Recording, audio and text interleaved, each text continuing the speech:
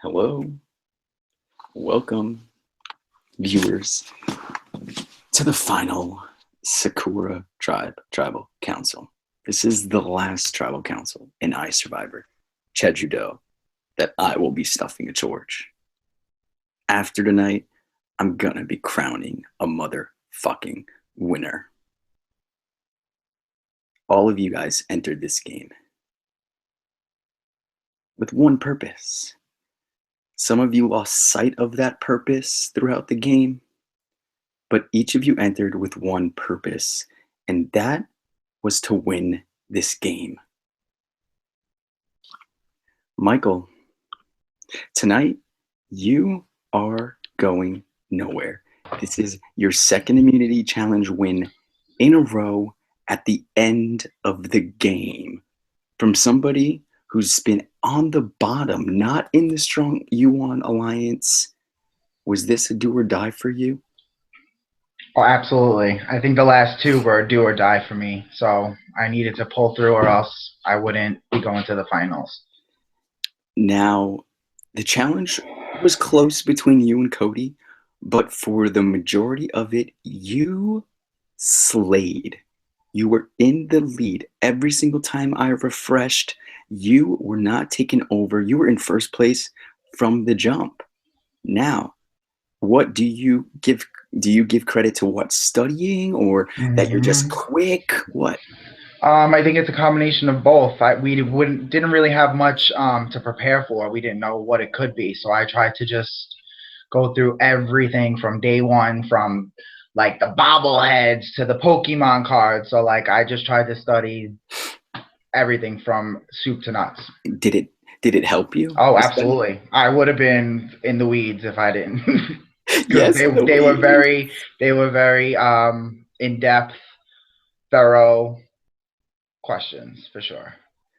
Was it what you expected for a final immunity challenge? Yeah, I wouldn't have expected it to be easy.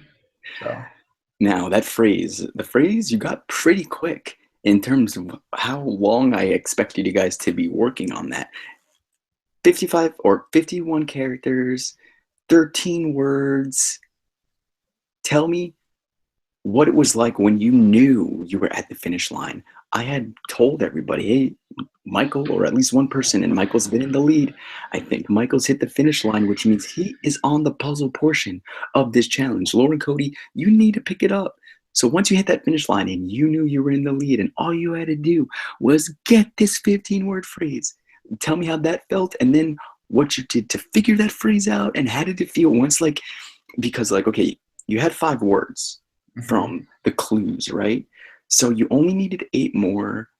And then I'm pretty sure, like, as you were searching for phrases, you were counting, seeing if those words matched up with some of those quotes that you were looking at. So once you realized, holy shit, these 5 words are in this phrase, and this phrase is 13 words. Holy fuck, is this the phrase? So give me a play-by-play. So yeah, when I first got to the finish line, and there was a little bit of a clue that said an unlucky quote.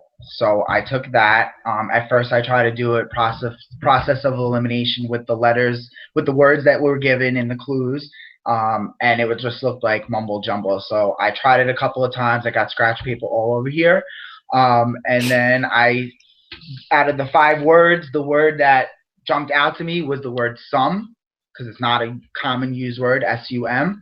So I typed in unlucky phrases with the word sum, and bam, there it popped up. Read it for us. It's hold on. Read us your winning quote. I gotta go back. You're fine.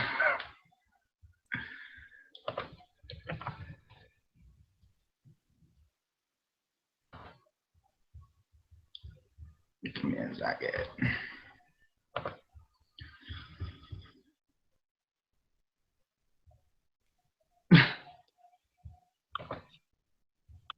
You need help? Yeah. All right, the computer shut down after. So. It's all right. I'm gonna copy and paste it to you, and you just read it. Okay. And then I want you to explain, or you read it, and then I'll ask my question. Success is the sum of small efforts repeated day in and day out. So the words that we had were in, some, small, day, and out. And read it one more time in its entirety. Sure. Success is the sum of small efforts repeated day in and day out. Now, does that ring true in this game for you at this moment? Yes. Yeah, now, because when I came back into the game, I couldn't really be thinking like end game. It was the small efforts. It was the daily, strategy, the daily social play. Didn't have the numbers or the power to look further ahead. So yeah, that rings very true for me. Mike, can you just bring your camera down just a little bit? Perfect. All right, thank you. Now, how many times have you entered tribal council feeling vulnerable? Every single one except the last one and this one. Now, you only have two decisions. 50-50 decision here. You're the only one with the weight on your shoulders.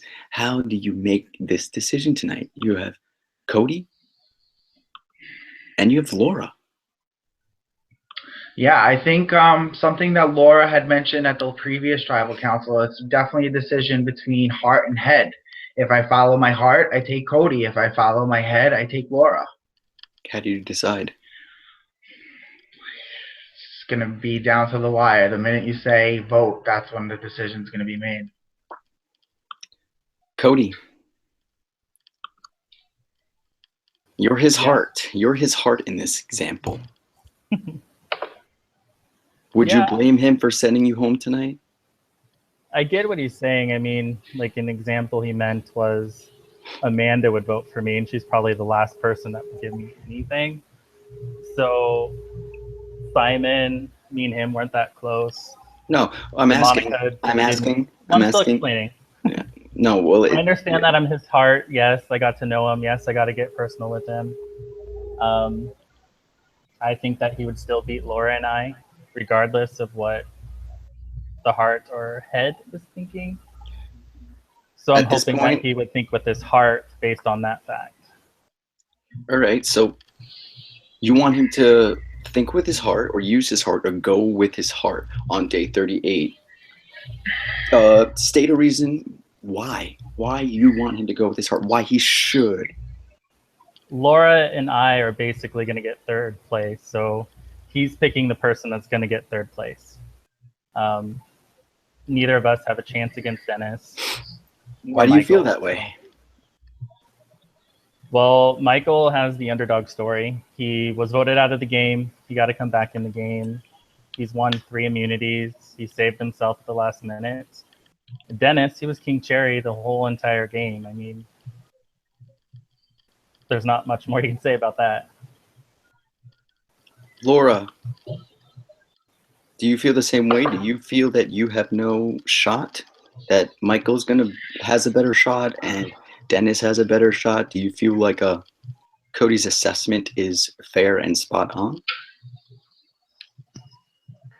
I don't know. I think that both Cody and I have played kind of in the shadows a lot, and that in order to win or get any votes, we would have to kind of expose every move that we made, every decision, every strategy session, every alliance and sub-alliance. So I think that we'd have an equal shot. So I don't like to go into anything losing.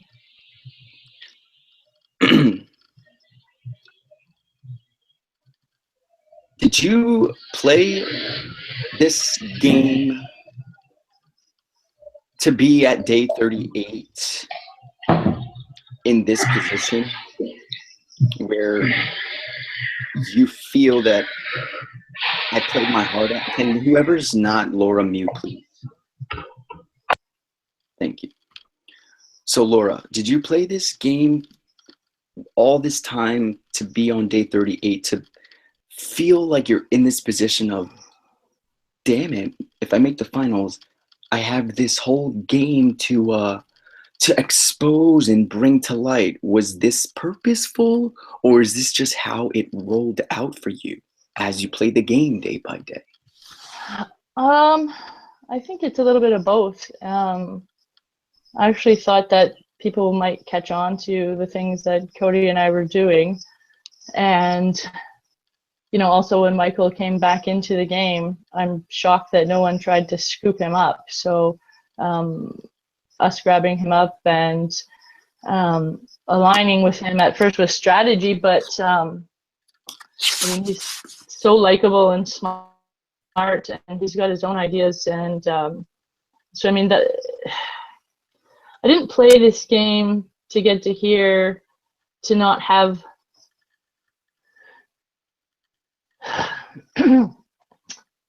I guess what's been hard is every tribal council I've been said to be, I'm the underdog, I'm disposable, my name's been brought up, and a lot of that is just because of the stuff that we were doing. People didn't know that we were controlling votes and having a majority alliance. So when knowledge is secret, it's not on the table. It's like it doesn't exist, and therefore it could be perceived, because like a lot of this game is perception that Lores doesn't offer very much, just because it's a lot of what you were doing was secretive. Now, does that necessarily mean that you're automatically getting third, like Cody just said? I don't think so. I think that either I or Cody could argue a very good, smart, well-played game. I think we're both feeling a little defeated right at this moment, and I think that's maybe why he's saying that. Mm-hmm. Now, last vote, you mentioned something that Michael brought up immediately: head versus heart. Which way did you vote last time?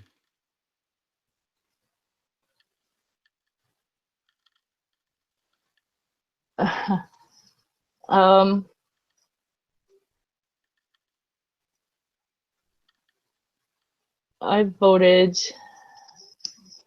head, actually. I voted to get someone who I've been aligned with supposedly this whole game, someone who could have easily won this game. I voted Amanda out, so I voted with my head. Had I voted with my heart, I wouldn't have wanted to vote at all. Now, tonight, you're not safe, but if you were, would you continue that trend of voting with your head or heart? To be honest, as much as I really like Michael, I would vote with my heart and stay with Cody, just because they won. Now, do you think this heart head flopping back and forth at the end of the game could be perceived as messy? Mm-hmm. Not real intention, just flying by the seat. seat. For sure. It's messy in my own head. Mm-hmm. Does it concern you at all that not saying messy is a bad thing, but again, perception. Some people go in with definite ideas and execute those ideas. Some people, like you, play more what comes and make decisions accordingly, and thus it's not as tied up. Could be perceived as messy, but does that worry you at all, especially with the people that you've played with who are now going to be voting for a winner? Does a seemingly appearing messy gameplay, like, does that concern you? No. Why? Because I think that if I were able to lay it out for everyone, then I would be able to lay it out very cleanly and concise and with strategy all along. I like it. But I think, like that. So Cody has the same game. Cody. So Laura said, hey, just because, I've been called a sheep or not making power moves or playing to lose doesn't necessarily mean that when I get to the final three, my secret game won't come to light and thus garner some respect. How do you feel about that? I don't know, because I don't think I've been called a sheep. I mean, Amanda's friends have called me a fucker. Correct. A liar. Correct the sheep thing. But she said, I think that I can make the end and reveal my secrets and garner respect. Whereas you said, I think I'm losing, so Michael should just take me too. Me and Laura both getting third, so Michael should just take us both. Well, I think Michael should know. I mean, he's played a game where immunity wins have got him here. The twist brought him back into the game where he was able to fight to get to the end. You don't think by everything you just said you're stating a case for yourself as well? Or are you just seeing it? Are you focused on Michael? Way too many people. So we'll see. What about if you think you've pissed off way too many people, what do you think about your jury management skills in iSurv1vor or Cheju Do? Probably not well. Do you think that's a reason to keep you around towards the end? That was my case that I brought to him, and whether he makes the decision of getting rid of me or not, he knows that I love him and he knows that Laura loves him. So, Cody, what's one thing that you think sets Laura apart from you in a way better light? That makes Laura better? Yeah, well, okay. So just one instance or one case, one move, one personality trait, just something that gives Laura the edge over you. And even with that example, maybe even throw it to Michael that, hey, Michael, you keep Laura at the final TC. She has this that could really work out in her favor. I think the big thing is the fact that I was the one that grew the personal relationships, and when I voted people off, I definitely can see where I got a little blood on my hands where people were bitter. So. Okay, so between the little duo that we unearthed last night, by what you just said, was it safe for me to phrase it as you might be held accountable as the bad cop, where she may be perceived as a good or more good cop, less bloody cop? Yeah, we definitely both got blood on our hands, but I'm the one that really I was social, so I got to know people, and when I didn't need them anymore, I did just. So you weren't afraid to do what Amanda refused to do. Absolutely. Laura, throw that question right back at you. All right, so what is something about Cody in terms of his gameplay personality where he outshines you? And thus, if Michael takes him, guess what, Michael? That shining moment could garner support. I think Cody's too hard on himself when it comes to how he perceives the players who've been voted out and the players on the jury, how they feel about him. He did develop deeper social relationships, probably with everyone. I didn't get as in-depth, I don't think, as he did. I didn't spend the amount of time that he did. And I would hope, at least, that,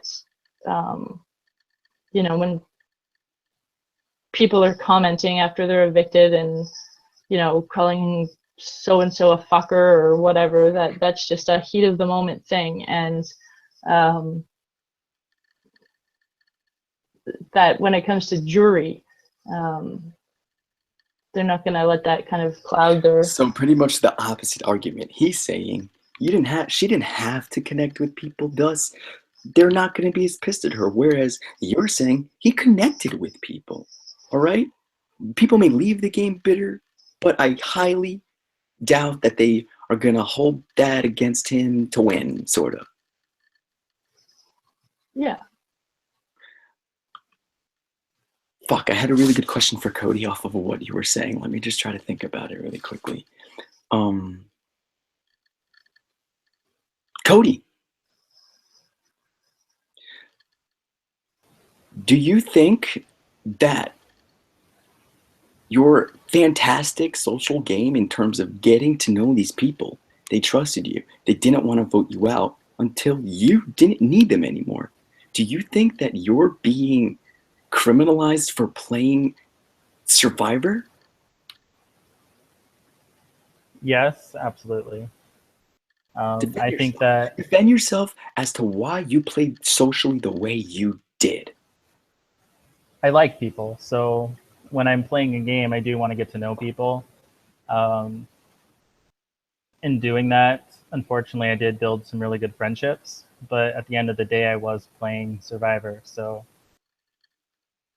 it got me to at least the final four. Any regrets at all?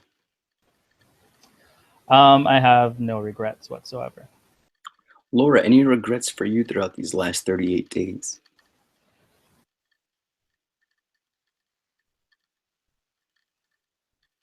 I think you're muted, baby girl. Sorry. I don't know that I have any regret. I wish, you know, that I hadn't had a few health things come up and that I could have been online a lot more. Hey, people in Survivor get sick, appear Yeah, weak, and then make the end. and I know like, Amanda has two under two, and my three girls are 16, 12, and 7. So I'm not saying that I'm busier than her, but I guess I just didn't choose to be on as much.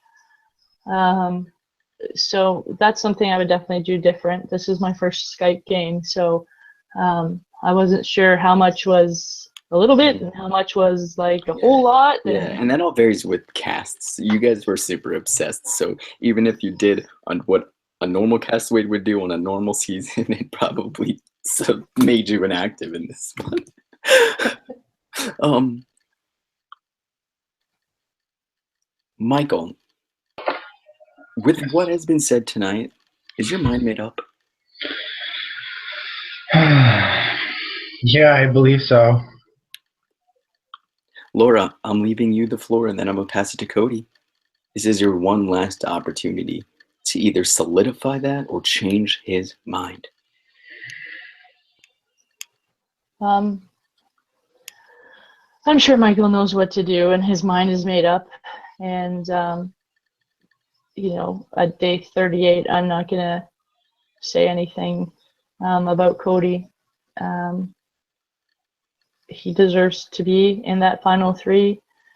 He worked just as hard, if not harder, as I did. I think this is his last game, and you know, I'd love to see him there, honestly. Cody, this is your last opportunity to talk directly to Michael. I just want to say congrats to us 3. We made as far as we can, and I really hope that you can take me to the finals. Regardless of what you do, I mean, that's a game.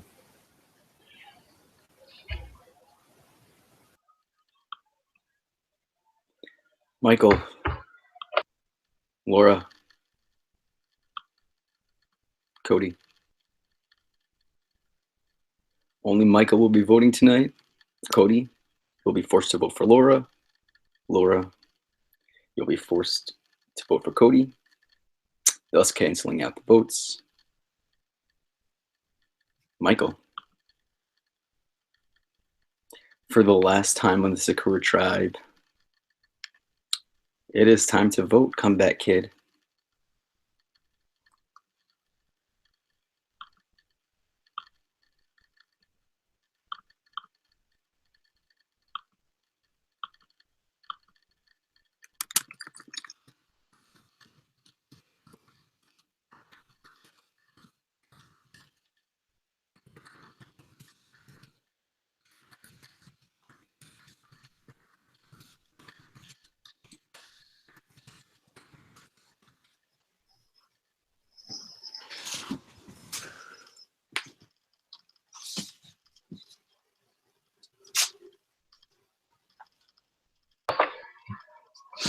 I just want to say I love you both.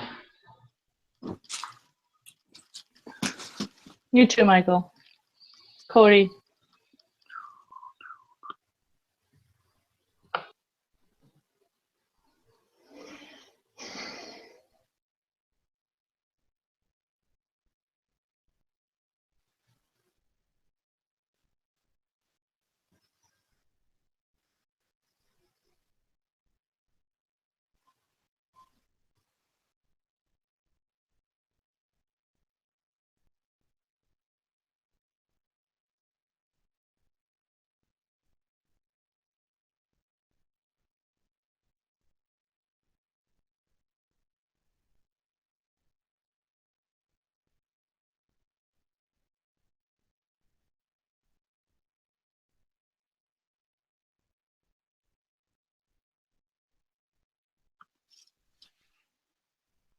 Once the votes are read, the decision is final.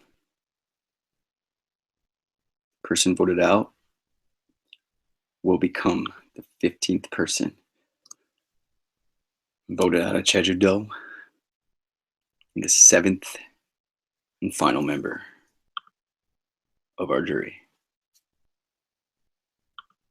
I'll read the votes.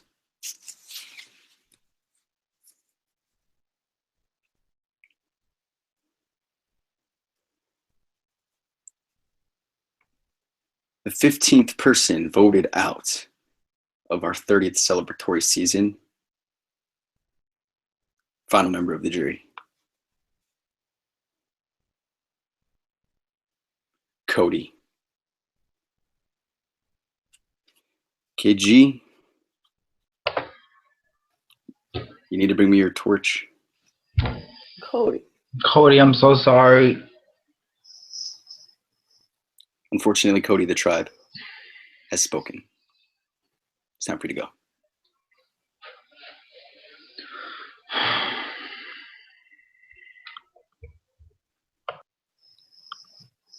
Dennis, you could speak again. Hello. Laura, Dennis, Congrats, Laura. and Michael. Thank you, Michael. 39 days. 17 people. 1 king. 2 pop-ups. 2 Russian roulettes. And a whole bunch of fucking fuckery. You've been playing this game with your hearts and souls. And now you bear that heart and soul to the jurors. Because those 7 people will be crowning one of you the sole survivor of Cheju Do. You will join the ranks of 29 other orders. Only 29 people have won this game. One of you is about to make it 30. Final Tribal Council will start, all right? Give me some time tonight and tomorrow to situate the Final Tribal Council. Tomorrow, your opening statements must be posted. Before evening tomorrow, your opening statements must be posted. I will show you where to go, what to do. Just know, start thinking about it, start writing it down, start practicing, because tomorrow night, if your opening statements aren't posted, bye, you're not a finalist, all right? Opening statements posted tomorrow. Jury will start posting their questions tomorrow.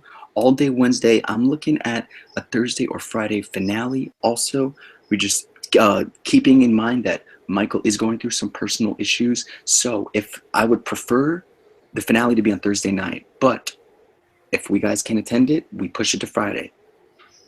All right? I think all day Tuesday and all day Wednesday is more than enough time. So Thursday, just depending on if our finalists can make it, but if not, Friday. Easy peasy mac and cheesy. I'll be around to guide you all. Have a great night. Congrats, finalists.